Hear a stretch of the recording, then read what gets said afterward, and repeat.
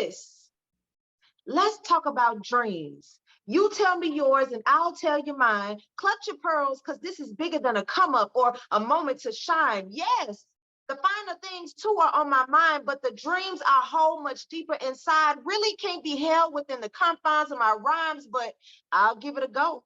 So here it is. Let me lay it all on the table. Yes, I do dream of money. Laying down this top mindset that being wealthy is a sin. I figured out that being broke didn't bring me no closer to God. I do not feel more righteous when times are hard. So yes, I want money, and not just check to check, bill to bill. My father owns the cattle on 1,000 hills. El Shaddai be his name, which means he's more than enough. So why should I be content with a checking account that's got a lifetime pass to ride the struggle bus?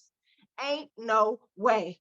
I dream of enough to fill me up and overflow to you too. I dream of enough for every soul placed in my path, of random strangers, mortgages, and car notes and land. I dream of enough to pass through my hands, enough to provide access and open doors for my people. And sis, I dream of freedom, of options, of enough time off when I'm ill, of vacations without negotiations with somebody's boss, of first class and flights and feelings without being nervous over every little dime. Ultimately, sis, I dream of owning my own time. Sick and tired of bargaining for my mental health, one lousy PTO day at a time, 3 days to grieve, immediate family only, back to work because HR says you're fine.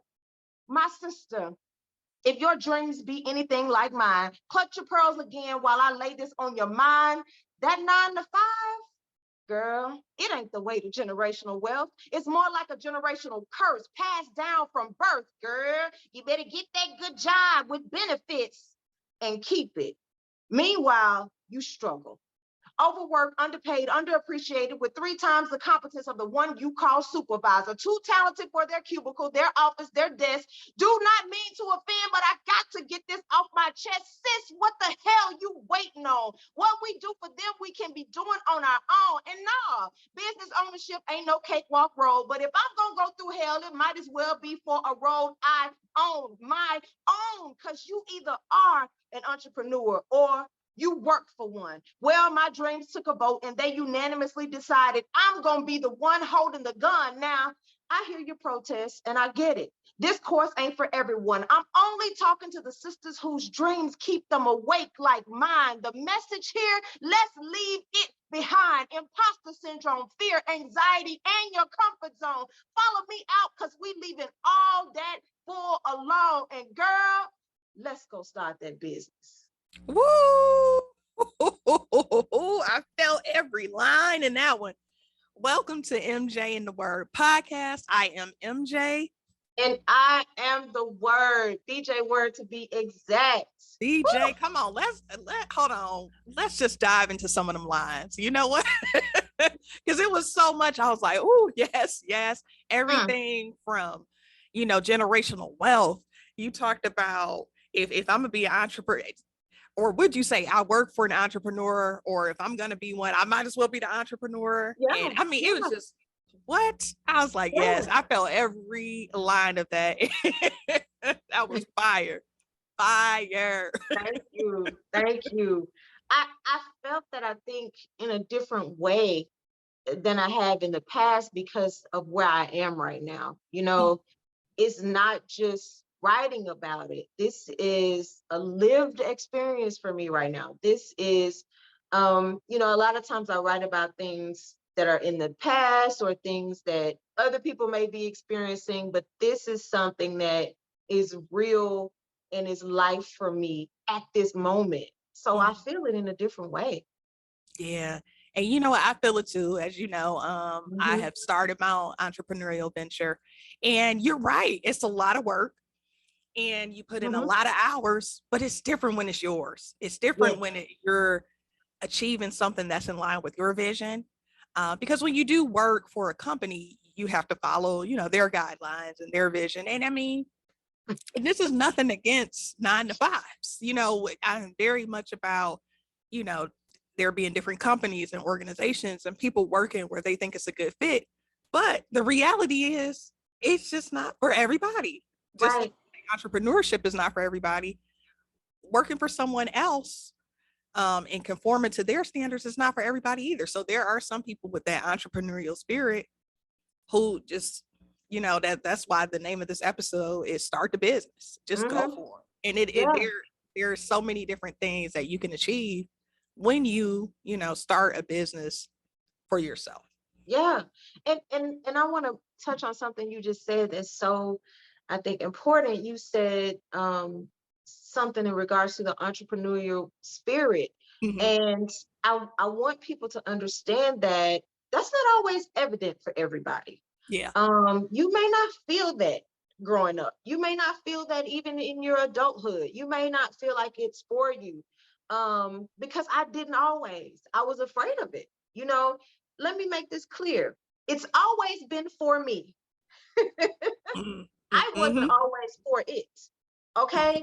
So because in my mind I was against it, I didn't realize it was for me. I didn't realize that was a door I was supposed to open because I had this, I was closed. My mind was closed to the idea of being on my own.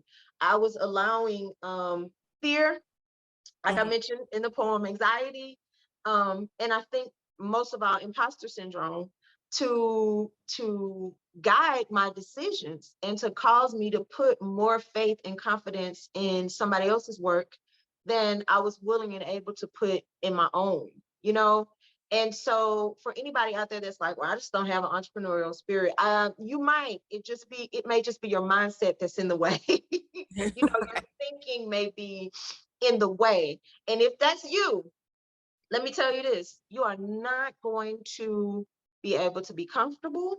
You're not going to be able to rest until you do the thing was called for you to do, that you're called to do. Until if it is meant for you, you can choose to ignore that road, but it's going to be hard. It is going to be hard. And that's the crossroads I came to, where it's like, I have no choice. I can't, I'm miserable and I'm unhappy in a way that I've never been. And I have no choice but to branch out and make this work.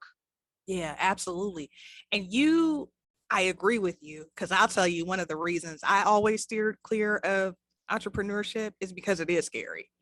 Because, when you work for another organization, like, I don't have the responsibility of trying to find clients. I don't have the responsibility of trying to figure out accounting and all the different things you have to do, especially, when you're just getting it off the ground, you're in startup phase. You're pretty much, you wear every hat unless you can hire people right away. But it's scary. There is a certain, you have to have a certain mindset, like you said, when you go into that, because there are going to be some days where you are building a plane as you're flying it, right? You're like, okay, I have no idea if I'm doing this right from an accounting and a tax standpoint, but let me get some help. And that's something too, I want to say, because I learned this real quick, and I do have a couple of coaches.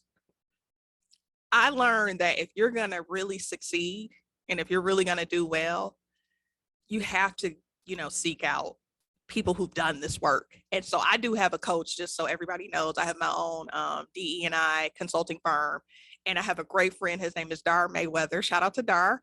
And he has his own consulting firm, and it's called Doing the Good Work. And so he does a lot of DE&I work as well. And I felt like it was important to get a coach, because I'm like, why try to figure this out on my own when there are people who've been in the field and doing this work longer than me? And that's another thing I think people need to understand about entrepreneurship. Even the best top CEOs have coaches. So you're never really alone in trying to figure this out completely on your own if you seek out resources.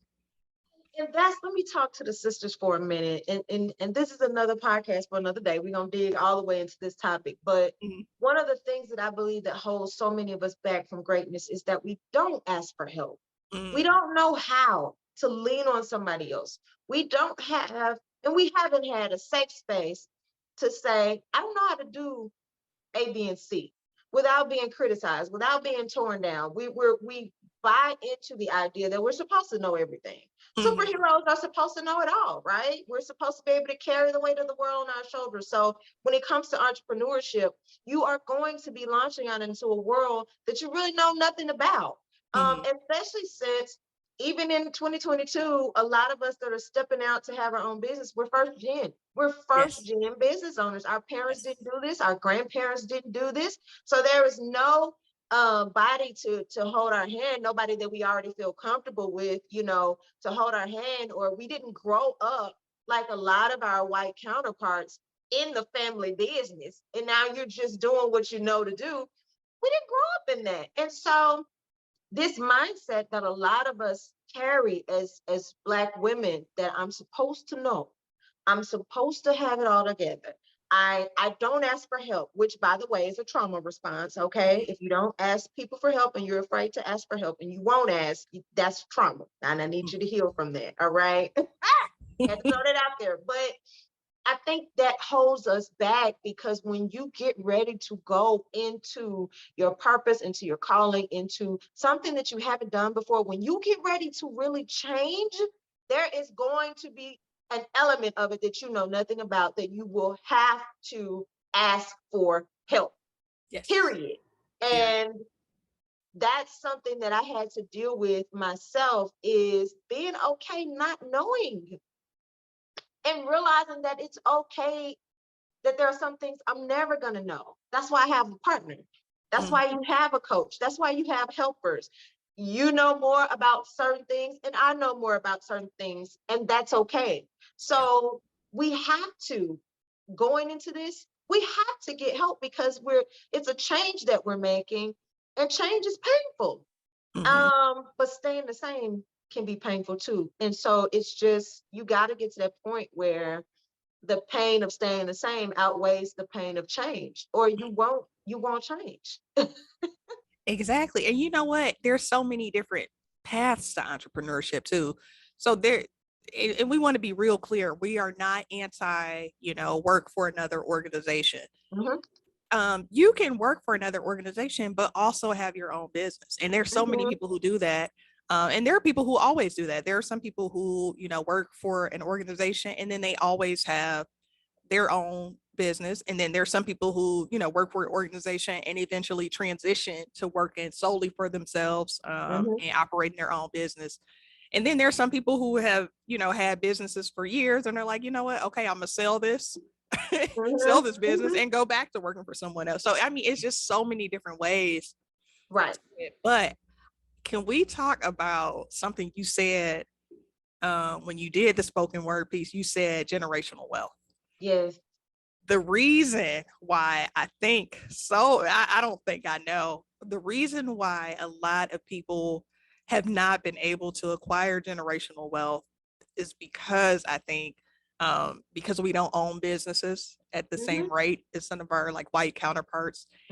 And I think entrepreneurship is one of the ways to close that generational wealth gap. And I mean, there's studies on it. I always talk about studies and research. I can't help it, as a scholar in me, but there's so much data that supports that. And I'm just going to be straight up real. I have yet to meet a billionaire who got to billionaire status from working a 9-to-5, from working for somewhere else. Typically, they own and operate their own business, or they're investors, they invest in stocks or whatever it may be, but usually they work for themselves. They have some kind of enterprise that they run. That's so true. And just to kind of piggyback off what you said as well, we're not anti people working a 9-to-5 if that's what they want to do, if it's what makes them happy. I mean, at the end of the day, we're both entrepreneurs, but we gonna need workers. We're going to need people who want to work a job. The bigger we get, the more people we're going to need. But at the end of the day, it's about that fulfillment. And so if you're not feeling that fulfillment inside, working for someone else, that's when you know that you need to move forward. And in regards to generational wealth, that's not everybody's goal. Okay. Yeah. I get it. It's not everybody's dream. It is mine. It is yours. You know, I talked not only about generational wealth in the spoken word piece, but I also talked about, you know, being able to pay the mortgage for people. I follow a young lady on Facebook. I don't have permission to say her name, so I won't. I don't want to get sued. But she is amazing. She is amazing. She's an entrepreneur. She's a young Black woman who is building an empire through digital course recipes. And I'm telling you, this young woman is a millionaire. But what inspires me so much is that she gives. She is able to say, hey, I'm picking, you know what? The Lord told me to pick you. I'm picking this person right here. And she just bought a house cash for 2 people in Memphis. And she just chose them. And she's going to be choosing more in December. And houses, that's just some, you know, it just tips the iceberg of what she's done. There was some family saying that they wanted to go to Disney World. It's like a family of 7. And she's like, gotcha, no problem. She paid for it. And she's not able to do that working, waiting on someone else to give her a check. She's able to do that and to build this wealth for her family because she's betting on herself.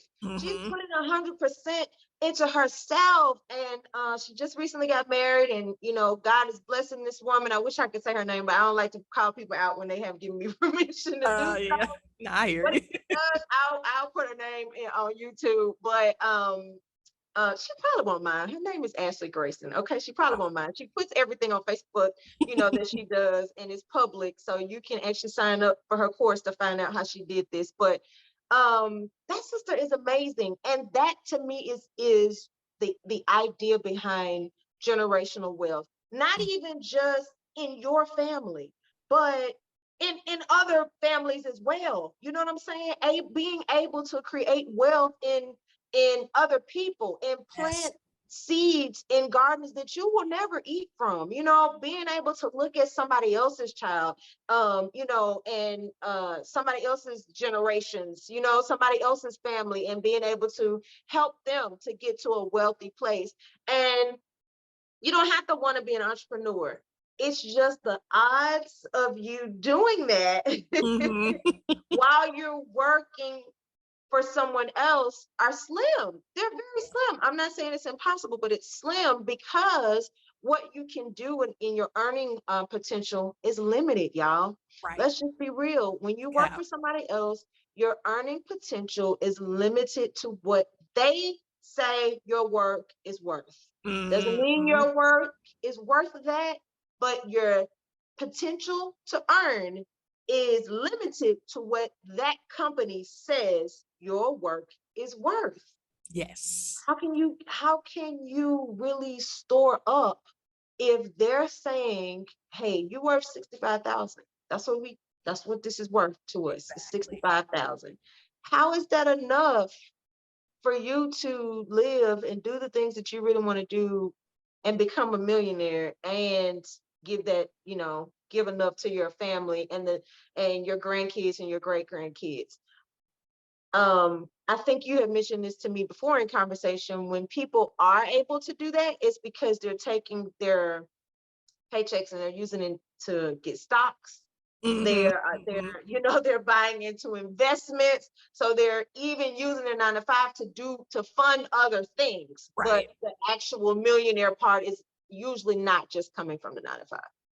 Exactly. And I do want to say this too. I feel like it's important that we mention this because I will say there are still a lot of obstacles for Black women in particular when it comes to entrepreneurship, because we don't get as many investors, and there's some other things there where it's like it can be harder. But I will say, and this helped open my eyes when we went to the We Mean Business Success Summit here in Memphis. There are so many resources out there that a lot of us don't even know about. So that can make entrepreneurship kind of scary too, if you don't know, like, oh, okay, so if I become a certified small business or a certified minority owned business, then that opens me up to certain contracts from the government. Like I'm eligible for certain things and incentives. And that's another thing too, is it can be scary if you don't know what resources are out there for you. Because one thing I will say that I really appreciate it, I feel like more and more big corporations have been committed to helping Black women entrepreneurs and Black entrepreneurs, period. Like I know there's this one initiative, and I don't want to get it wrong, but I think it's 1 million Black businesses, and that's done by Operation Hope. And I mean, it's just a ton out there. So there has been this increase in the number of big corporations and investors who are willing to invest and support small Black owned, women owned businesses. So I feel like now is a great time to be like, okay, if I'm gonna do it, now's the time, because at least I know I will have the support and resources I need to actually launch a successful business. I think that is so important to bring up, is that the resources are there. They're there. You have to look for them, but there are grants there. There are opportunities there. And y'all, let me just put this out there, okay? Let me just put this out there, because I want to make sure that we don't have any misunderstanding here, okay? Because, this show, we talk mostly about issues that affect and impact Black women. But let me make myself very clear. There are some wealthy white people out here who will put you up on free game. Yes. Please do not get it in your head that every wealthy white person is racist and doesn't want to see you succeed. Yes, that is a true story, that there are some, but it's not true that it is all. And there are some that are so wealthy, they don't even care if you succeed or not. It's not about that. So they'll tell you what you need to know. They will make the connections for you. Why? Because they don't see you as competition.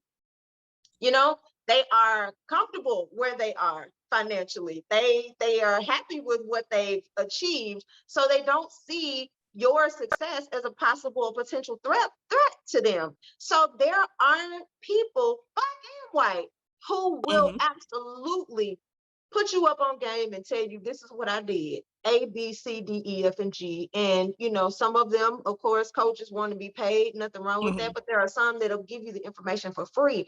But we have to, y'all know, I am a mental health expert. I'm a licensed clinician in mental health, and everything goes back to mindset. Because if you don't even put it in your head that I can do this, after you want to, if you don't get it in your head that you can do it, and that is something that you should be doing, it's something that you deserve, it's something that is worthy of you, that you're worthy of this. If you don't change that mindset, you won't even look for the resources. You won't even apply for the grant. You won't even ask when you're in the room with somebody who has the potential to be your connect. You won't even, I talked about this before, you won't even push the door. You'll be sitting up there praying, saying, Lord, open doors for me, open doors for me. And he might have unlocked 5 doors right there in the room where you are, but because you're sitting there and you won't go push the door. And pushing the door sometimes just looks like you walking up asking somebody that has the ability to help you, hey, can you help me? Hey, would you look at my product? Hey, can you listen to my stuff? Can you taste the cakes that I bake? Push the door. Push the door. If your mindset is wrapped up in fear and imposter syndrome, and I don't really know what I'm doing, if you are letting that consume you, you won't push the door. Exactly. And you know what? I agree with that wholeheartedly, because I mean, you do step out on faith whenever, because you just don't know, like this could go really well or I could bomb it. And this is the thing too about entrepreneurship. There are going to be times where you fail. You have to become comfortable with not always succeeding the first time. That is so important. And that's pretty much anything in life, but especially when you take on an entrepreneurial venture, especially because you're learning for the first time how to do certain things.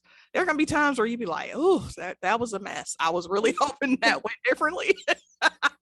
But it wasn't that successful. I only had 2 people show up to my webinar, but that's okay. You go back to the drawing board, you say, okay, what can I do? You kind of figure out what your audience is looking for, and you try it again, and you do it differently. And so I think for a lot of people too, people who are scared of failure, you just, at a certain point, you have to become almost, you have to kind of embrace failure a little bit. You know, you have to embrace the idea that you're going to be learning as you go, and that with Mhm. each, you know, I get failure, you know, with each failure, you're learning something, you're growing Yeah. in the process. So that's important too. When you talk about entrepreneurship and just life in general, I think Yes. got to let that go. You can't hang on to, oh my goodness, it didn't go right the first time, I give up. You're gonna be giving up all your life if you go with that mentality.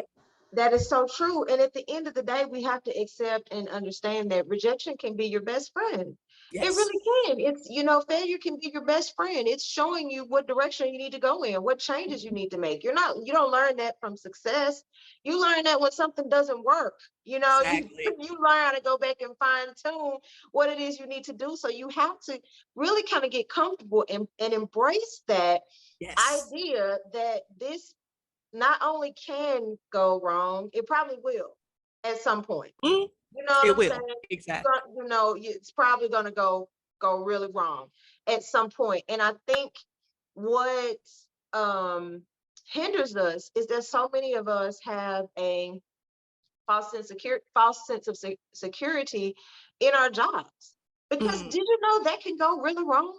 yeah. You go really wrong. Unless you have been working on the same job your whole life, then not that means that you had to make changes along the way. Okay. Mm, Unless you grew up, you turned 18, you started working on the job and you have been there forever, then that means that if you've left positions and gone to other places for one reason or the other, where you were was not working out for you. Whether it was, you wanted more money, you wanted more higher title, you wanted more responsibility, you didn't like the environment. It doesn't have to be a negative reason. It could just be, you were tired of it and you were ready to move on. For whatever reason, that particular company in that particular position, it got to a place where it was no longer working for you. And we embrace that, when somebody else is at the head of it, so we have to learn how to embrace that for ourselves, because at any given moment, your company could close.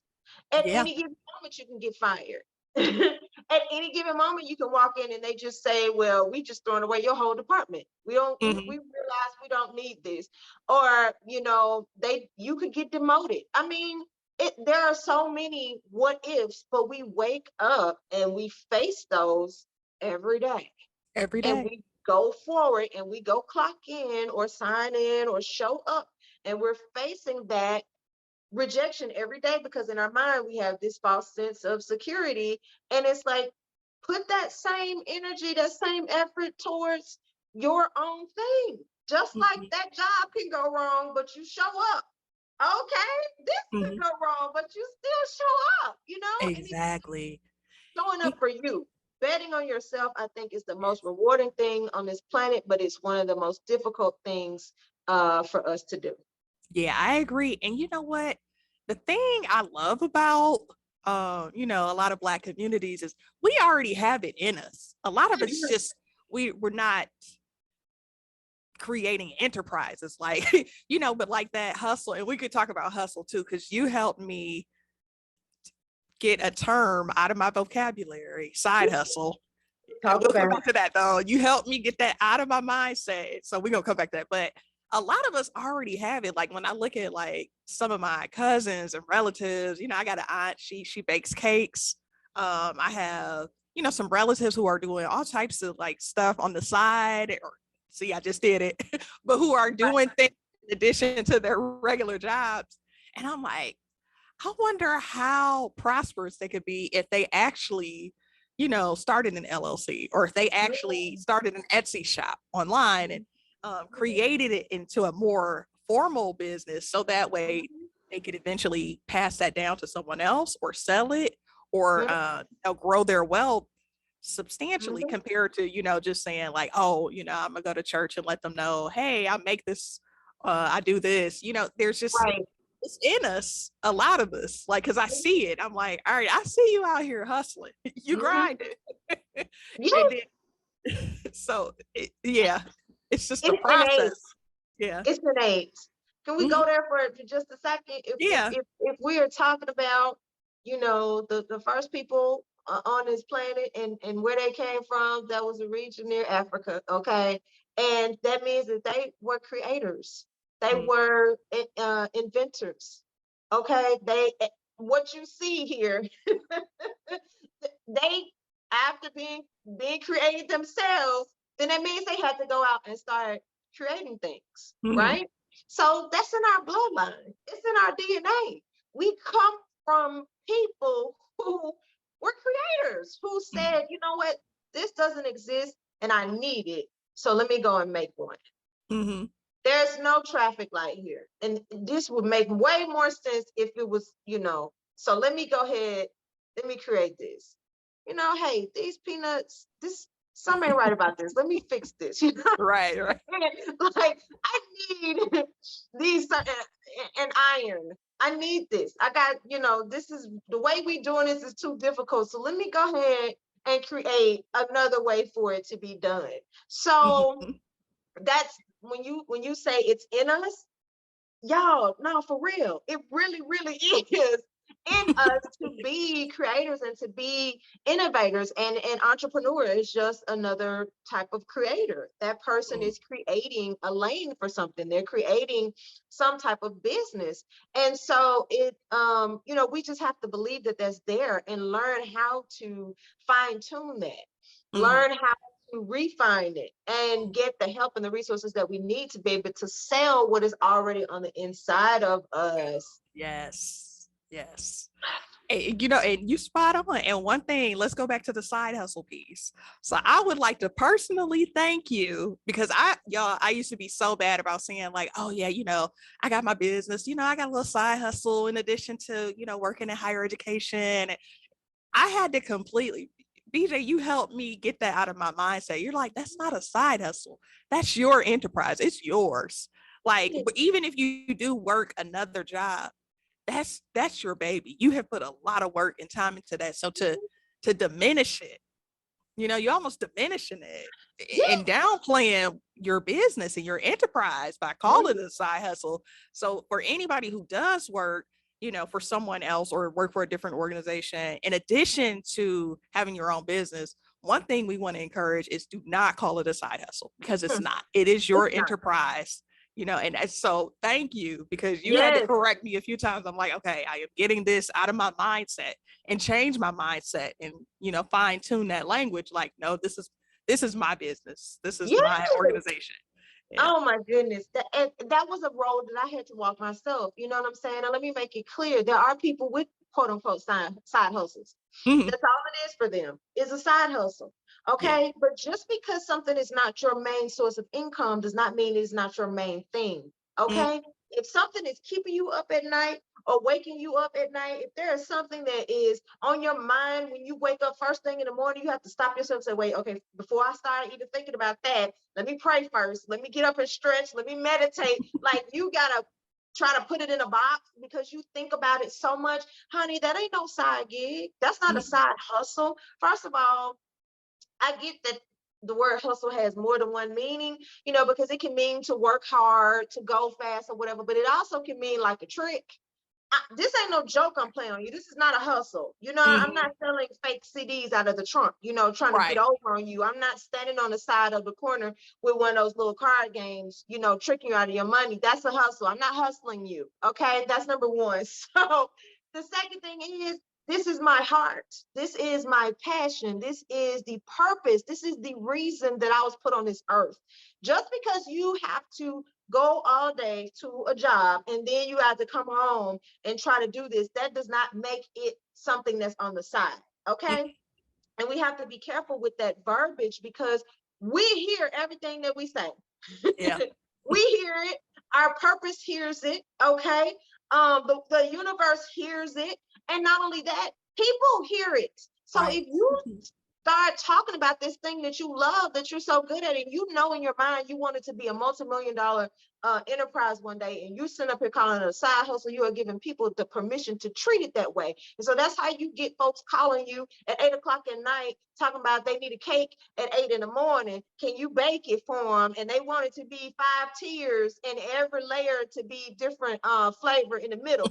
You're the one calling it a side hustle instead of acting like it's a legitimate business. That's how you get people calling you at 7 a.m. saying they want their hair braided at 7:30, and that they don't get paid until 2 days later. So can they pay you when they get their check 2 days later, but they need their hair braided right now? That's because you're giving them permission to do that by acting as though this is not important. Yes. And when you use the term side hustle, this, Gary, this is my little side hustle. Little, excuse me? No, it's not. We have to change that mindset and that verbiage, and we have to change the way we speak about the thing that is so important to us. Now, if that's all it is, sis, is a side hustle, ain't nothing wrong with that. You know, you pull in money just doing something on the side, if that's what you want to call it, go ahead. But for those of us that this is real, you know, this is a business, this is the thing that we want to do, we cannot use that term, side hustle. This is your main thing. Honestly, the 9 to 5 is the side hustle, okay? Because you're just using that to fund this other thing over here, all right? Don't get it twisted. Nobody puts their energy, their sweat, their tears, their blood, their life source into no side piece. People don't do that for no side piece. The side piece is there for one reason and one reason only, okay? Right, no, I hear that. The ring, the commitment, the devotion, all of that's at home. You're gonna keep that at home. That's where all your good stuff goes, home. The side piece is there to fulfill one goal. And so when I think back, you know, 9 to 5 is there to fulfill one goal. It's a paycheck, and you need it at the time. It's there to pay your bills. It's there to make sure your mortgage gets paid. It's there to make sure you have a little extra so you can pay your report, your annual report every year for your LLC. Right. It's there to make sure you got enough money to pay for your logo until you get some customers coming in. But I just would challenge all of us to switch that. And if you have something that you know is a business for you and that you want to be an entrepreneur, I don't care if you don't have not one customer right now. When people ask you what you do, start telling them, I own my own business. I own blah, blah, blah, blah, blah. Oh, you don't work at such and such place no more? Oh yeah, I still go there. I still work over there too. Let's put that verbally, stop putting that out there and let it be known. That's just something that I'm doing right now. But this thing right here, I own my own company. You have got to start saying that to people, but you have to start saying it to yourself so that thing can become real in your mind. And so that 9 to 5, that's all you give it. You don't give it 9 to 10 at night. See, when you give main character energy to a job that you know you want to leave, it causes you to overwork. It causes you, when you know you're a salaried employee and they start asking you, can you do all this extra stuff? It causes you to say yes. It causes you to be the last one there late at night. And then when you go home, you don't even have the energy to work on the thing that you really want to do. When you shift that frame of mind and start saying, you know what, you just temporary, bruh. You just here for right now. So that means at 4:30, I'm gonna shut this down. Whatever's not done, I'm gonna not do it today. It's gonna wait until tomorrow because I got to get to my main thing. I have to get to my company. All right. Start calling yourself a business owner if that's what you want to be.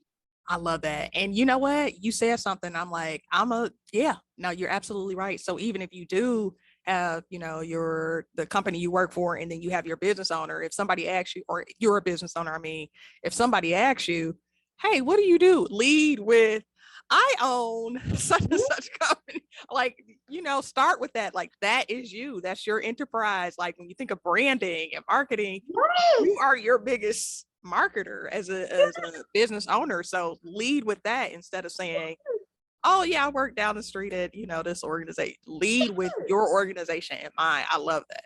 Absolutely. I love that. You know how bold of a statement that is? You know what you're putting out there when you say that? You know what you are manifesting when you say that? What do? I own my own company. I own A, B, C, D, E, F, and G. Oh, okay. Do you do anything else? Oh, well, yeah, I still work at such and such, but I'm just there for now, you know. Yeah. I mean, make the statement and keep saying it until you believe it yourself. Yeah. And you know what? One other thing I want to say too,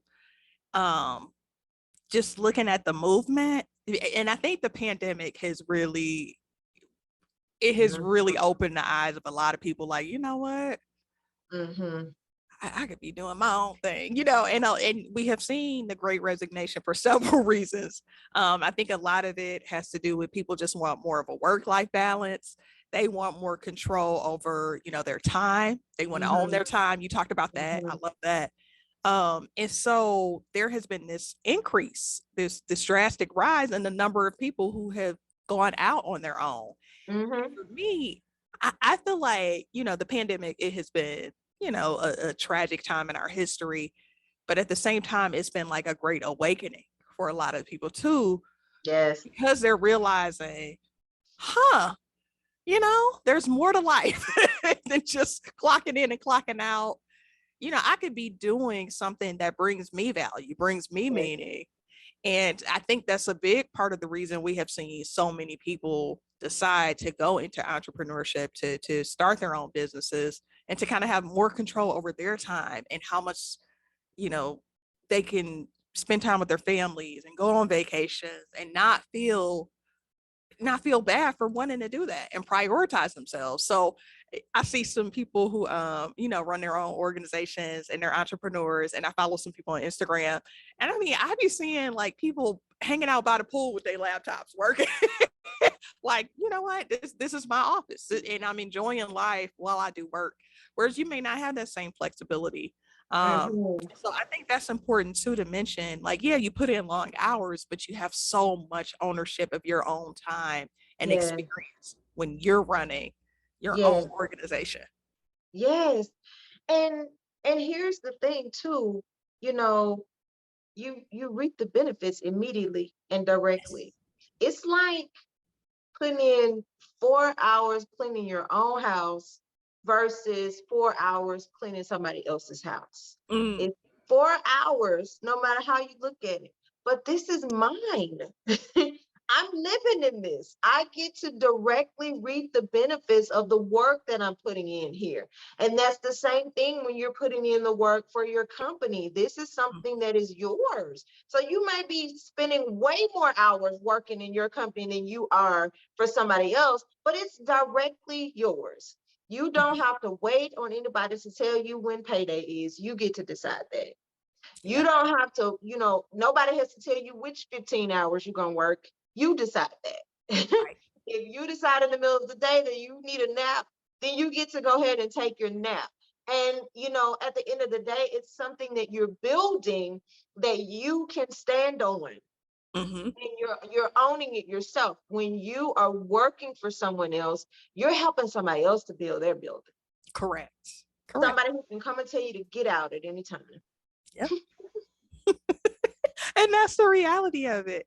And let me ask you this. Do you find that now that you have your business and we're doing our business venture together, do you find that you're like, I need to support more Black businesses. I need to support more small businesses. I know for me, now that I'm actually a small business owner, Black woman owner, I find that I'm like, you know what? I definitely need to be more supportive of other businesses like mine because I want to see them flourish and I would want that same support too. And I'll admit, I've always supported, small businesses, Black owned businesses, minority owned businesses, women owned businesses, but now I'm even more conscious of it because of the space I'm in. Like, have you found that same thing happen to you? Like, oh, I need to be supporting more business owners like myself. I honestly think that I've always been that way. Mm-hmm. Supporting other Black owned businesses has always been a mission for me. Mm-hmm. So I can't say that it's more now. Because it's just always been something that's been in my heart to do, even when I didn't want to do it myself, when I didn't want to be a business owner myself. I think, shouting out another name here, but I think Cynthia Daniels has been key with that for me over the past 5 or 6 years because she highlights that so much and makes it easy to find Black owned businesses. But I think that I kind of see myself as part of a whole. Mm-hmm. And so I've always looked at supporting a Black owned business as supporting myself, as supporting, Mm-hmm. somebody. I had a friend that I would always support her, her clothing industry. And a lot of times I would be like, I'm helping send her child to college. Yeah. I'm helping this little girl is gonna be making decisions when I'm old. You know what I mean? And so I've always looked at pouring into Black-owned businesses as I'm pouring into their kids. I'm Yeah. pouring into their grandkids. And when I'm 80 years old, these are going to be the people who are making political decisions out here. So I need to pour into them, you know? And so, or I hope that they're making making political decisions. So I think that that's kind of just always been a thing for me, is being intentional, because you have to be intentional Yes. about supporting Black-owned businesses and giving the grace that is needed. I think now that I've launched out and started doing it myself, I understand a little bit more how difficult it is and why some Black-owned businesses face the issues that they face, why some of them close, you know, when you're thinking that they're doing great and they end up shutting down. Like it's given me a different view, kind of a behind the scenes look. And so I have even more grace for it now than I used to. You Mhm. know, if you go in to a restaurant, for example, and the operations are not great, I'm not the type of person that's going to strike that place off the list and never come back. You Yeah. know, I'm going to give that Black-owned business another opportunity, especially now. I'm more sensitive to it now. I'll say that because Mhm. I get how difficult it is. You Yeah. know, I know how difficult it is to get technology to do what you needed to do at the time you needed to do it. You know what I'm saying? I understand what it's like if a therapist is having an issue and she's late to the session. So now I know exactly why this is happening because I'm experiencing it. So it helps me to have more grace for people, I think. Yeah, no, absolutely. That's a good point too. And I mean, we've seen it. History has shown us over and over again. Like you look at Black Wall Street and Mhm. and how successful that was, and they thrive. And so Mhm. when you do have those small Black owned businesses, or even not just small, but just like Black owned businesses, it brings so much wealth and prosperity to the community too. You talked about, supporting your friend's business so that way you're supporting her children and her Mhm. legacy too. And all of that comes back to the community. Mhm. And so that's why it's really important too when you look at from an economic standpoint and looking at it from like a community aspect as well. And so, yeah, I guess if you have one piece of advice for Mhm. someone who's on the fence, like, oh, that's something I've always wanted to do. I want to sell candles. I want to sell soap. I want to start the shop, but I have reservations about it. Like, what would your advice be for that one person who may have reservations about going out there and giving it a shot? I would say this to my sisters in particular. Black girl, you support everybody. Look Oof. at your history. You encourage everybody. You're a cheerleader for everybody. You believe in everybody. You give man after man after man after man, opportunity after opportunity, chance after chance after chance. I know I've done it. When you know you need to cut it off and quit and give up, and you keep going. Okay, you give 125% on your job. I don't think Black women know what it means to just give 100. Mm. I don't think we know what it means to give 50. We go above and beyond for our families, for our children, for our nieces and nephews, for we just extra. We're the definition of extra, except for when it comes to ourselves. Yes. We then act as though we're not worthy of what we give to everybody else. So my advice, particularly to our Black sisters listening to this, take some of that. Take all of it, of what you're already doing, and be selfish. Pour it into yourself. That's like you already Mhm. have the mindset, the mentality, you have the stick to itness to be an entrepreneur. You already have it. It's just displaced because Mhm. you're using it on everything and everybody else. So my advice would be to shift that and take what you already have and bet it on you. Bet on the Black. Okay. Bet on yourself. Yeah. All that love you pouring into somebody else, pour it into you. All of Yes. that, I believe in you. You know, Little Ray Ray can come home with an F every semester, and you can keep hoping and keep praying and keep pouring into him, believing that an A is going to come at some point. That's just how we are. I believe that Yeah. that's the way God made us, you know, and so take it and use it for you. Put that confidence, that mindset, that encouragement, that cheerleader, be it for you. And I believe that the same way that other people thrive as a result of what we pour into them, you can thrive as well by just letting yourself fill up. Yeah, I love that. And you know what?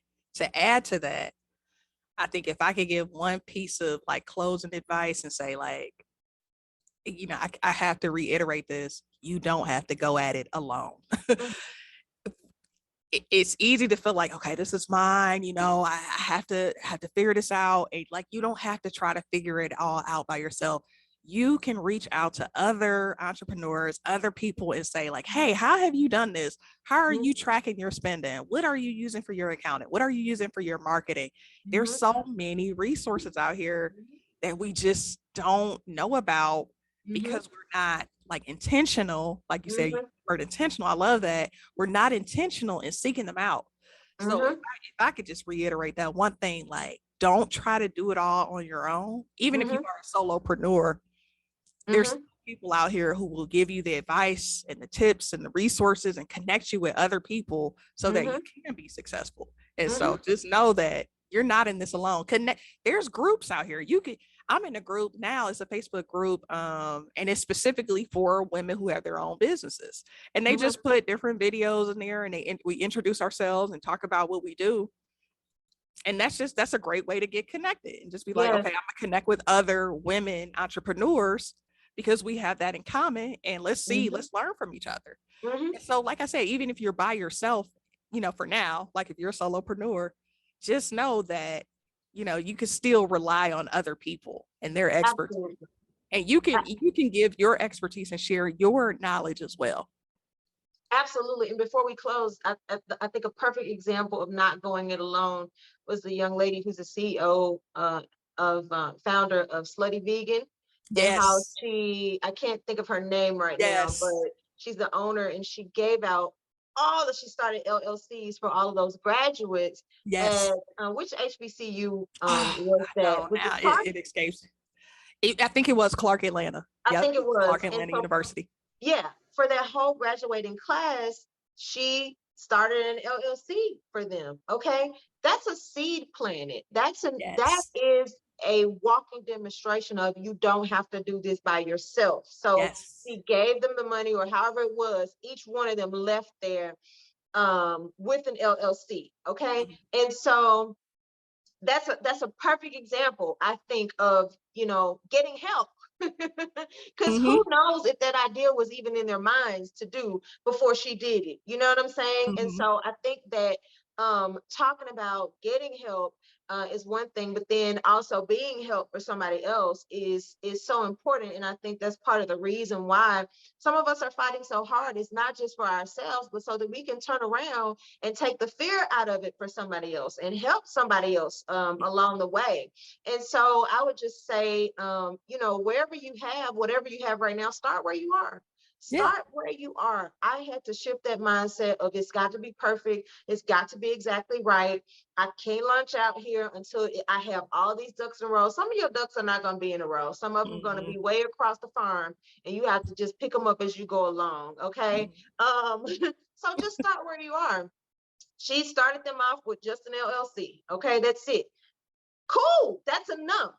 Maybe you just have an idea. That's enough. Maybe you have one candle and one jar in your house. Sell that one. Okay, you don't have to have it all together. This is what my cousin told me. It was so important. You can sell it now because we have this digital world. You can sell it and you can pitch it without it already all being together. Sell So the true. idea. So You true. can make one candle look like 50,000 candles on a picture. Nobody Mhm. knows how many candles you have already made. Okay, sell it. You can have one cake, and that's all you know how to do is just chocolate cake. Start right there. There are people who Yes. love chocolate cake. So just start where you are with whatever it is that you have, and get the help that you need along the way. Yes, I love that. Well, this has been like a great conversation, and I'm hoping we've inspired at least some people, and I know it's a journey. You got to build up that courage to say, okay, I'm going to go for it. But I'm hoping this will at least, spark something in our listeners to say, maybe I should finally go for this venture I've always wanted to do, but I just needed that little extra boost, that extra push to just go ahead and open up this Etsy shop or whatever it may be. Hopefully this has done this for somebody. Yes, get started, girl. And if to the person out there that started and it didn't work, girl, start it again. Or Yep. whoever's listening to this, however you identify, if you started and it did not work out, start it again, try again, go in another direction. It's not the end of the world if it fails. Pick yourself up, dust yourself off, believe in yourself again, and go for it. Because why not? Yes. Amen. And let the church say amen on that one. Amen. Yeah, but we want to thank you all as always. Feel free to check us out every Tuesday, stream us on your favorite platform. We're also on YouTube. And we love this. So if there's a certain topic too that you feel like, I would love to hear MJ and the Words take on this, feel free to message us or email us. You can put it in the chats. Just hit us up, because we love to hear from people too who are listening to us, and so that way we know we're touching on different topics that you all want to hear about. Absolutely, absolutely. Stay tuned, y'all. We are going deeper. We going deeper. We ready. All right, y'all. You all be blessed, and we love y'all. Take care.